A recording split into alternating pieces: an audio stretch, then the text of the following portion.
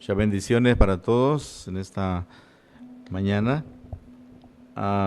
Queremos seguir meditando, estudiando la palabra, y en esta oportunidad vamos a iniciar una serie que le he denominado ¿Qué tan cerca? ¿Qué tan cerca? Así se va a llamar el estudio, y lo vamos a basar en Mateo 24. Mateo 24, del 1 en adelante. Vamos ahí, dice Mateo 24, 1. Cuando Jesús salió del templo y se iba, se acercaron sus discípulos para mostrarle los edificios del templo. Esto sucedió dentro de la llamada Semana Redentora, de la cual, si Yahweh lo permite, haremos un estudio con el objeto de conocer realmente lo que sucedió, especialmente lo que Yeshua dijo acerca de que estaría en el corazón de la tierra 3 días y 3 noches. Porque de ya podemos decir de que lo que se nos ha enseñado, que fue, digamos, un viernes, que al comenzar a contar desde allí, pues no nos salen los números, no nos salen los 3 días y 3 noches. Pues lo vamos a estudiar en su momento. Dice el versículo 2, respondiendo él les dijo, ¿veis todo esto? De cierto os digo que no quedará aquí piedra sobre piedra que no sea derribada.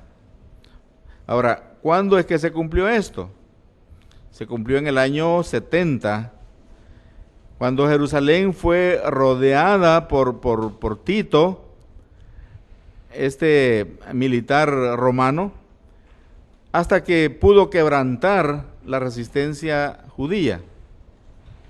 Entonces, allí se cumplió esto de la destrucción, porque dice que entraron y hicieron destrozos.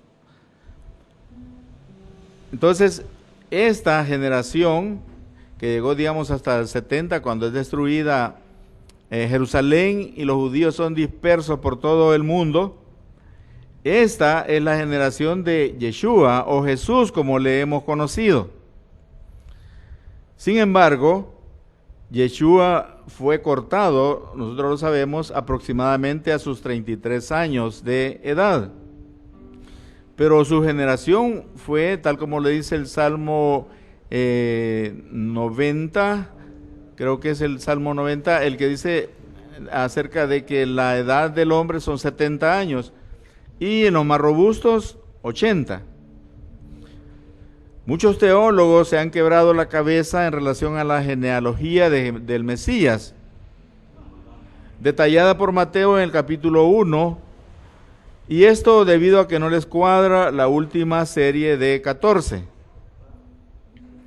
Dice Isaías 53, 8. Por cárcel y por juicio fue quitado, y su generación, ¿quién la contará? Porque fue cortado de la tierra de los vivientes, y por la rebelión de mi pueblo fue herido.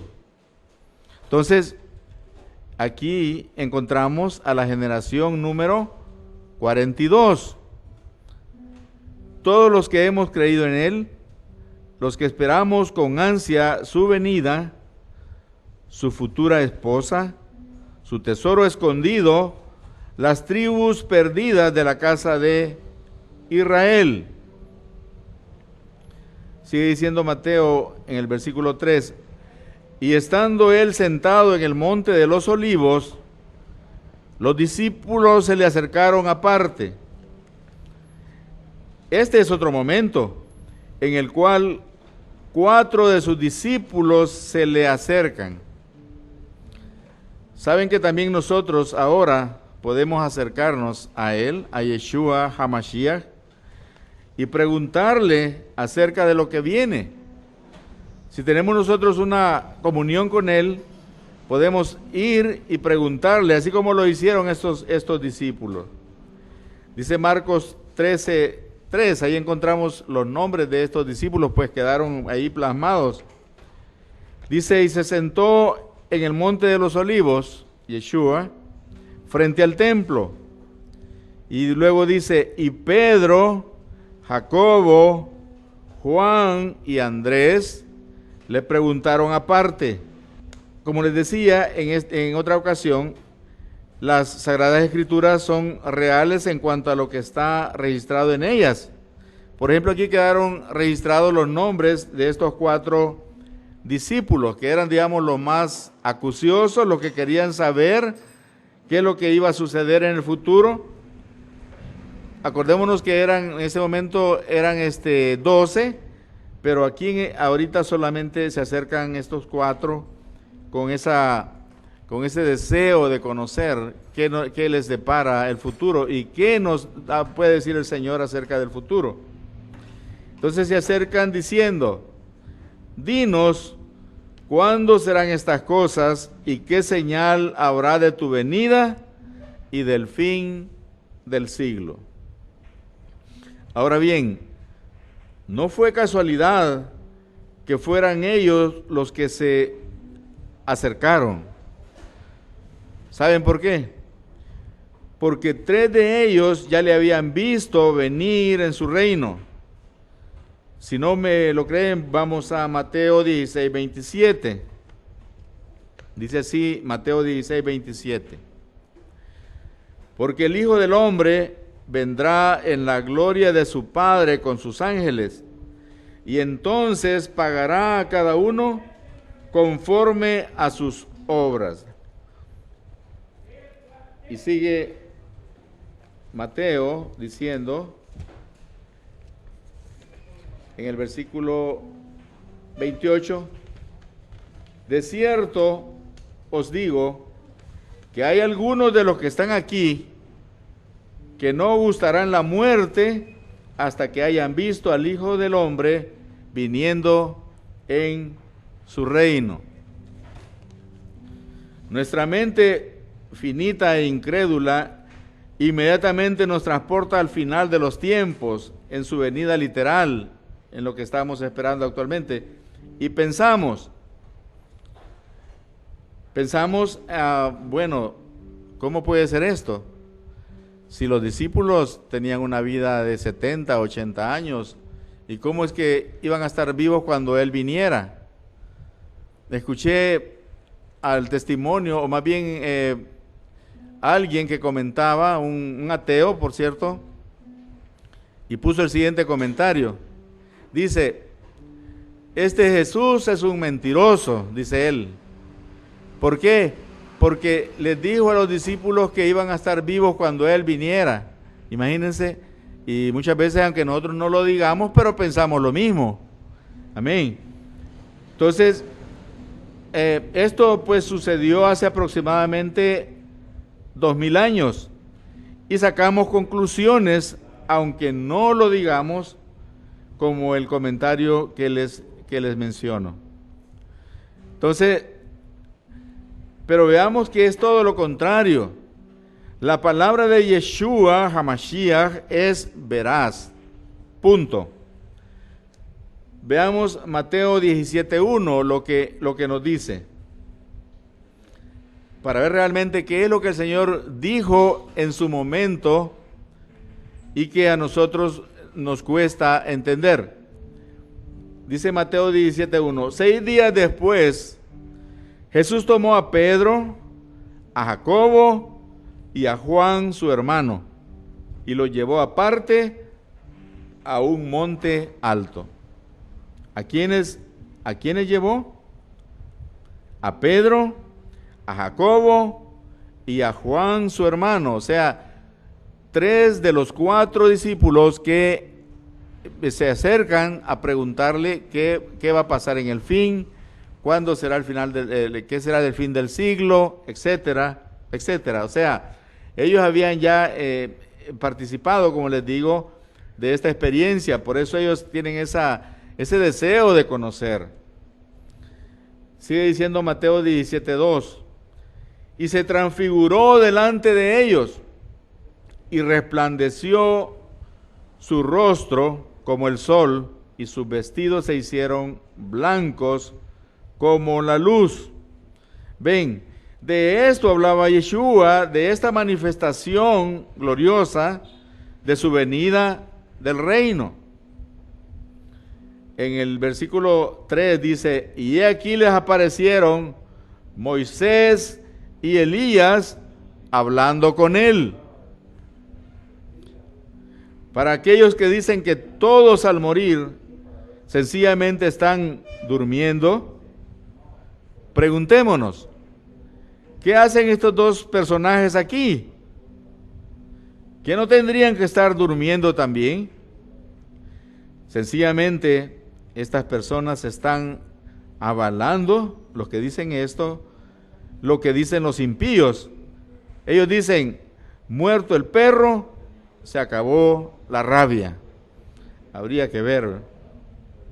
Están igual que el ateo, dejando a Yeshua como un mentiroso, por ejemplo, ante la enseñanza que él dio acerca del rico y de Lázaro. Pues si están muertos no sucedió tampoco eso. Pero ¿qué dice el mismo Yeshua HaMashiach?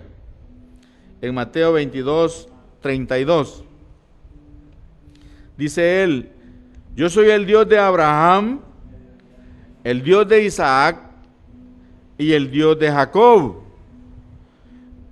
Dios no es Dios de muertos, sino de vivos. El mismo Señor lo está declarando. Y en Marcos 12, 27 dice lo siguiente, Dios no es Dios de muertos, sino Dios de vivos, así que vosotros mucho erráis. Ven, otra vez el Señor reiterando esta verdad, que Dios no es Dios de muertos, sino de vivos. Lucas 20, 38, allí el Señor manifiesta, porque Dios no es Dios de muertos, sino de vivos, pues para Él todos viven. Amén. Del momento que Él dice, yo soy el Dios de Abraham, el Dios de Isaac, el Dios de Jacob, ellos ya han muerto físicamente, pero para Él viven. Dice, yo soy el Dios de ellos, en presente. Él nos habla en pasado, yo fui el Dios de ellos. No, Él dice, yo soy el Dios de Abraham, de Isaac y de Jacob. Volviendo a Mateo 17, 4, dice, entonces Pedro dijo a Jesús, Señor, bueno es para nosotros que estemos aquí. Si quieres, hagamos aquí 3 enramadas, una para ti, otra para Moisés y otra para Elías. Estaba anonadado Pedro. Entonces, aunque no tanto diríamos, porque se recuerdan de la fiesta de los tabernáculos, él estaba pensando en eso realmente, o sea, en establecer un tabernáculo para cada uno de ellos, el Señor mismo, Yeshua, Moisés y Elías. No andaba tan perdido como muchas veces creemos. Y dice el versículo 5, Mateo 17, 5, mientras él aún hablaba, una nube de luz los cubrió. Y aquí una voz desde la nube que decía, este es mi Hijo amado, en quien tengo complacencia. A él oíd. Ahora veamos si no fue una manifestación del reino esta que los discípulos presenciaron. Era esa venida que el Señor había prometido a estos discípulos y les había dicho que no iban a morir sin antes ver la venida del reino. A esto se refería el Señor Yeshua. Pero volvamos entonces ahora a Mateo 24, o sea, nuestro texto base. Amén. Vamos a ver ahí. Continúa el versículo, o retomamos más bien la lectura, y sigue diciendo, dinos, ¿cuándo serán estas cosas? ¿Y qué señal habrá de tu venida y del fin del siglo?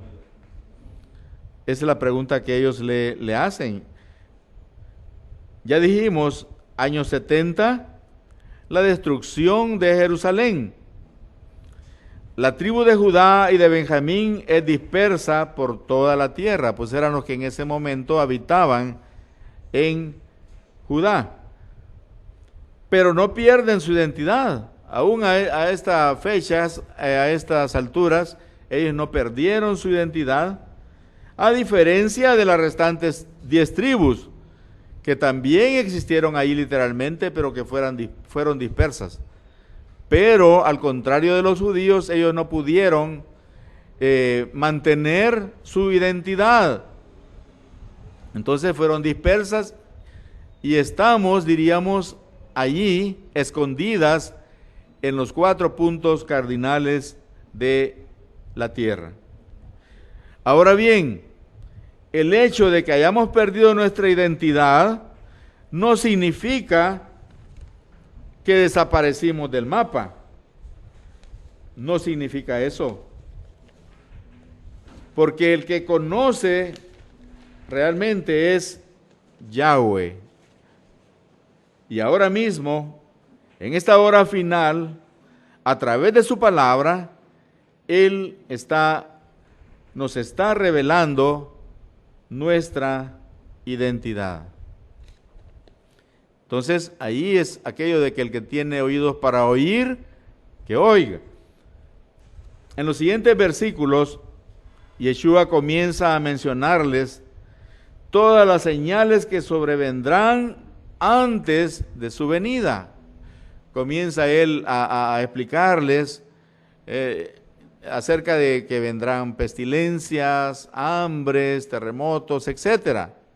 Que por cierto, las personas dicen, la gente que no le conoce, dicen, así es, terremotos todo el tiempo han habido, guerras siempre todo el tiempo han habido. Pero aquí el Señor está hablando específicamente del fin de los tiempos, de lo que nos ha tocado vivir a nosotros como la última generación. Vean, y no es casualidad que el mismo Mateo menciona, y aquí más adelante lo va a decir en este capítulo 24, acerca de la generación última, y ya lo vamos a ver también más adelante, que habla de 70 años, una generación, o sea, se retoma del Salmo que ya mencionamos, que y no es casualidad que ahora mismo la expectativa de vida para nosotros está entre 70 y 80 años. O sea, imagínense, Moisés lo dijo hace cuántos siglos.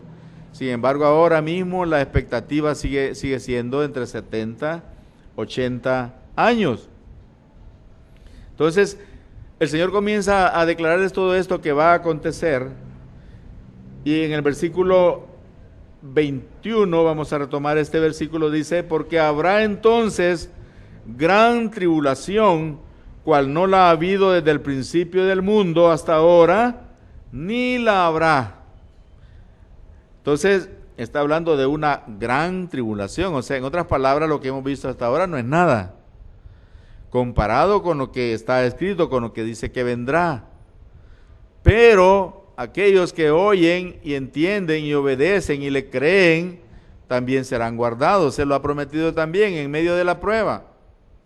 Él va a guardarnos. Entonces, esto que vemos ahora solo son principios de dolores. Pero ¿qué vemos además? Vemos mucha maldad, como en los tiempos de Noé.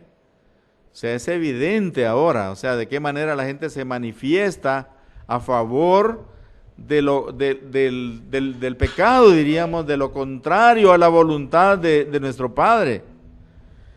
Ha llegado el colmo, digamos, la maldad. Entonces, el Señor también eso lo ve. Y claro, Él está también airado, enojado. Vemos mucha dureza de corazón, que aunque se habla y se habla la palabra, la gente no quiere escuchar. Ya hemos dicho, por ejemplo, en el caso de estos mensajes, la gente, digamos, los comienza a oír, escucha un momentito, unos 3, 5 minutos y hasta ahí. O sea, no no hay paciencia, por así decirlo, todo lo queremos así rapidito. Entonces, eso por un lado, y por otro no quieren escuchar. Pero el mandato es hablar la palabra. Fíjense, como les decía el otro día, yo no estoy aquí porque yo tenga la iniciativa de hacer esto. No, yo ni quisiera estar acá. Pero me es impuesta, como decía Pablo, me es impuesta necesidad de hablar esta palabra y de dar a conocer lo que he recibido. Y lo tengo que dar de gracia. O sea, yo no espero nada, digamos, hablando económicamente. No, al contrario. Si me toca que invertir, yo lo voy a hacer porque es para el Señor. Es una inversión para Él. Amén. Entonces, el hecho de estar yo acá es en obediencia a ese mandato, a hablar la palabra, a proclamar el evangelio del reino, porque así lo dijo el Señor. Aunque no escuchen, como el mismo Yahweh lo dice. Por ejemplo, en Jeremías 7:24, dice así: y no oyeron ni inclinaron su oído, antes caminaron en sus propios consejos. ¿Y no es lo que vemos ahora realmente? No escuchan, no quieren oír, no inclinan su oído, antes bien lo inclinan para otras cosas, ¿verdad? O sea, para lo que no edifica. Dice que antes caminaron en sus propios consejos, sus propios consejeros son ellos, cada uno, en su egoísmo, en su forma de pensar, en su autosuficiencia, creen que lo pueden resolver todo. Pero él dice, caminaron en sus propios consejos, en la dureza de su corazón malvado. El Señor conoce nuestro corazón. El hombre no puede conocer su propio corazón, mucho menos el del prójimo. Escuchaba el otro día a alguien decir, yo conozco el corazón de mi hermano. Era una líder, digamos, de una denominación, y ella decía, conozco el corazón de mi hermano. Decía, ¿cómo? Ese solo lo conoce el Señor. Nosotros no podemos porque nuestro corazón es engañoso, dice la palabra. Dice, y fueron hacia atrás y no hacia adelante. Vean, en vez de mejorar, hemos retrocedido, por así decirlo. En vez de desarrollarnos moralmente, espiritualmente, hemos ido hacia atrás. Y es lo que Él nos dice. Dice en el versículo 25, Jeremías 7:25, desde el día que vuestros padres salieron de la tierra de Egipto, hasta hoy. Para el Señor hoy es hoy. Y os envié, dice, todos los profetas, mis siervos, enviándolos desde temprano y sin cesar. Él lo ha hecho. Y el versículo 26 de Jeremías 7 dice, pero no me oyeron ni inclinaron su oído. Y por eso vino ese castigo, esa dispersión. Él permitió que fueran cautivos. Primero las 10 tribus, luego Judá con Nabucodonosor, recuerdan que fue 70 años, el número 70 siempre allí involucrado. Se recuerdan de Daniel, dice que leyó en el libro en donde el profeta Jeremías había hablado de estos 70 años que iban a estar cautivos en Babilonia. Entonces él leyó y empezó a orar, a interceder, a pedirle al Señor que tuviera misericordia y que cumpliera su palabra. Pues les digo, estamos en la misma posición, en la misma condición de Daniel en su momento. Esa generación de 70, y es lo que queremos nosotros estudiar a través de esta palabra, esa generación de 70 está también, o más bien ya se cumplió.